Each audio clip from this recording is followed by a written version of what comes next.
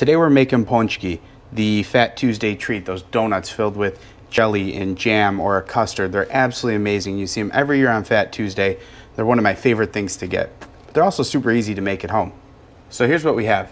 We have 14 grams of dry active yeast, a cup and a half of warm milk, about 110 degrees, half a cup of granulated sugar, half a cup of butter, 3 egg yolks, 1 whole large egg.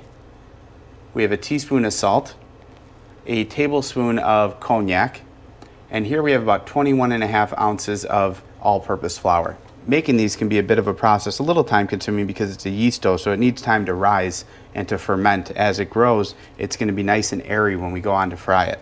First thing we're going to do is take our dry active yeast, add it to our warm milk, and stir it up to allow the yeast time to absorb and dissolve. This is also going to activate the yeast. You don't want your milk too hot, you don't want it boiling or else it's going to kill the yeast.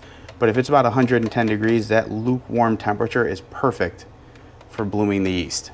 Now I'm going to take my softened room temperature butter, add it to the stand mixer with the sugar. You can see this butter's gotten light and airy and absolutely beautiful. It's also changed color. It's a little more white of a consistency and color. You want to scrape the sides of your bowl down because you don't want to leave any of that butter on the side of the bowl because that's going to add all the richness to this dough.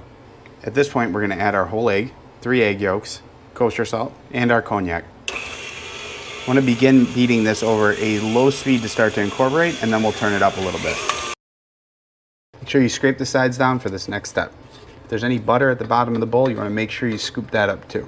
At this point, we're going to alternate the addition of our dry and wet ingredients. So we're going to add 1/3 of the flour,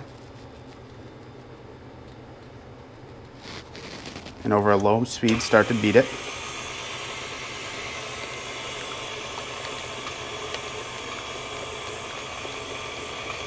Then we're going to add 1/3 of our warm milk and yeast mixture. Once it's incorporated, we're going to add more flour.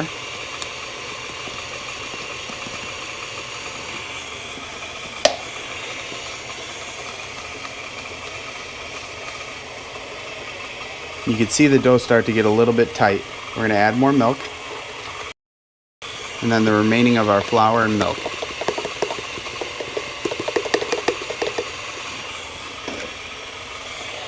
Make sure you stir your milk mixture a lot so that any little granules of yeast get scooped up and poured into the bowl.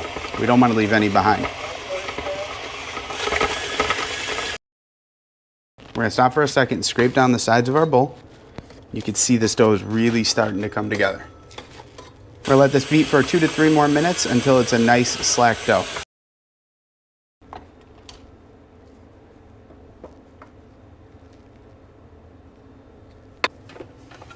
All right, now that the dough's done, it's time for the resting phase. Add just a splash of oil to a bowl. Using a paper towel, grease it all the way around. Take the dough, using a bowl scraper, get it all together into one nice smooth clump, and drop it right in there.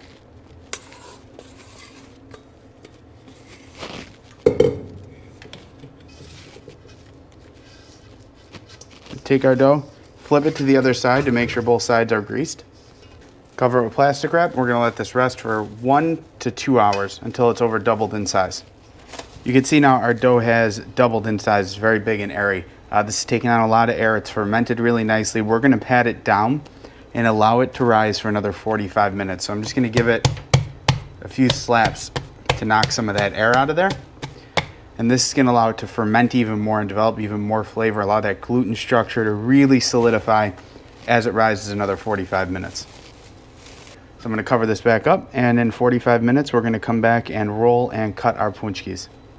Okay, so it's been an additional 45 minutes, and you can see that our dough has risen back up. It's looking unbelievable, way different than when it came out of the mixer. First thing we're going to do is lightly flour our workstation and flip the dough out of the bowl.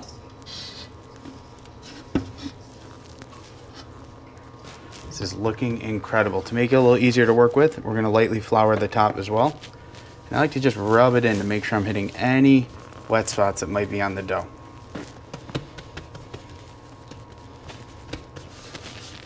Take my rolling pin. Again, I'm going to rub it with a little bit of flour. That's going to pick up if there's any moisture from the last time I washed the rolling pin, and roll this into a 1/2 inch thickness.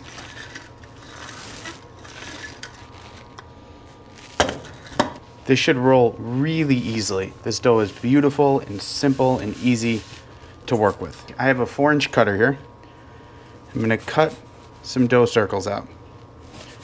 Try to go as close to the one before as possible so that you can make sure you are maximizing the amount of POONCH-keys you get from the dough.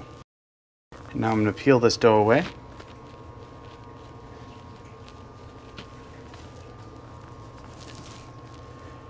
And I have these nice flat round dough pucks. Now these I'm going to let rest again for another 30 minutes before we go ahead and fry them. And this leftover dough I'm going to roll back together, roll out, and cut some more. So our oil's burning at 350 degrees. I'm going to drop them in here. And these are going to fry for 2 to 3 minutes on this side before we flip them and let them cook for an additional 2 to 3 minutes on the other side.